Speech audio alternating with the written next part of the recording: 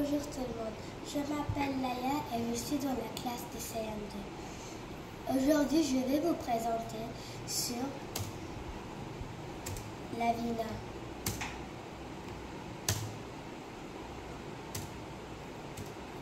Introduction. La vina est un instrument de musique carnatique joué dans la suite de la.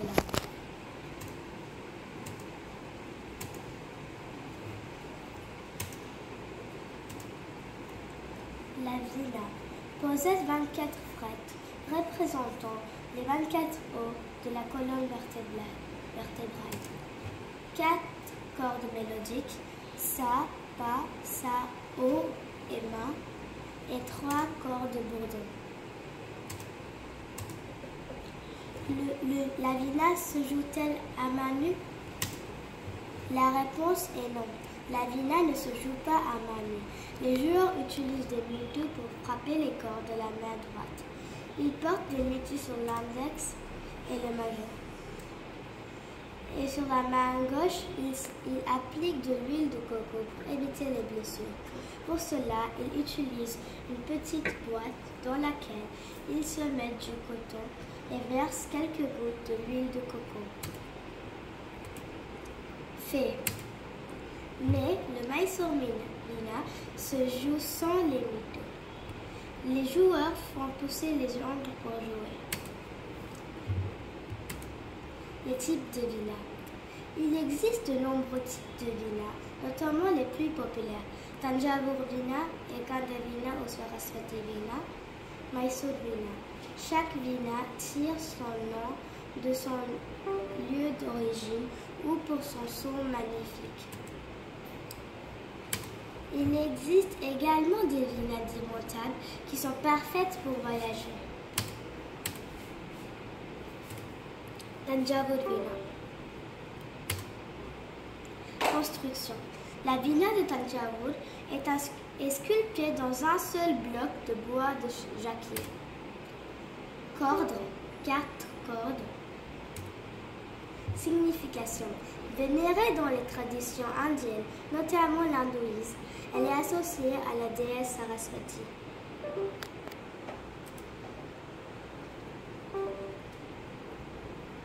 Mysore vina. Matériaux. Les vinas de Mysore sont généralement fabriqués en bois de jacquier et en palissandre, la planche supérieure étant en palissandre. Construction. Le résonateur est fin, ce qui influence le style de jeu, favorisant une approche plus instrumentale avec les gamagas plus profondes et un usage intensif des janta et datur swaras. Technique du jeu. La vina de Mysore se joue avec les ongles plutôt qu'avec des plâtres et un son aigu est privilégié.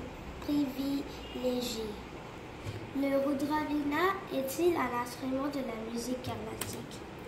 La réponse à cette question très fréquemment posée est non. Le Rudra vina est un instrument joué dans la musique hindustanie du nord de l'Inde.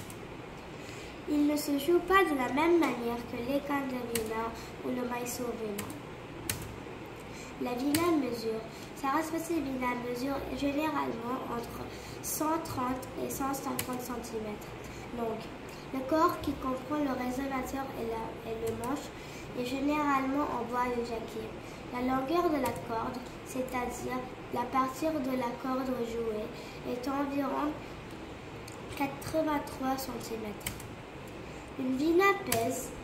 Le poids d'une vina peut varier, mais se situe généralement entre 6 et 12 kg, c'est-à-dire 13 à 26 livres.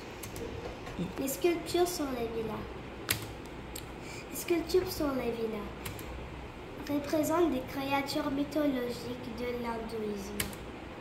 Par exemple, à l'extrémité d'une vina, on trouve une sorte de tête de dragon. C'est une créature mystique appelée Yali. Dans le folklore indien, on dit que ces créatures sont les gardiens du paradis.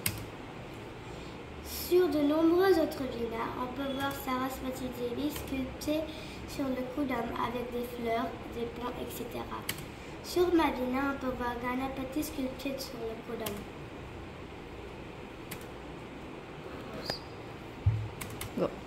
La Veena et moi. J'ai commencé à apprendre la Veena en mars 2024.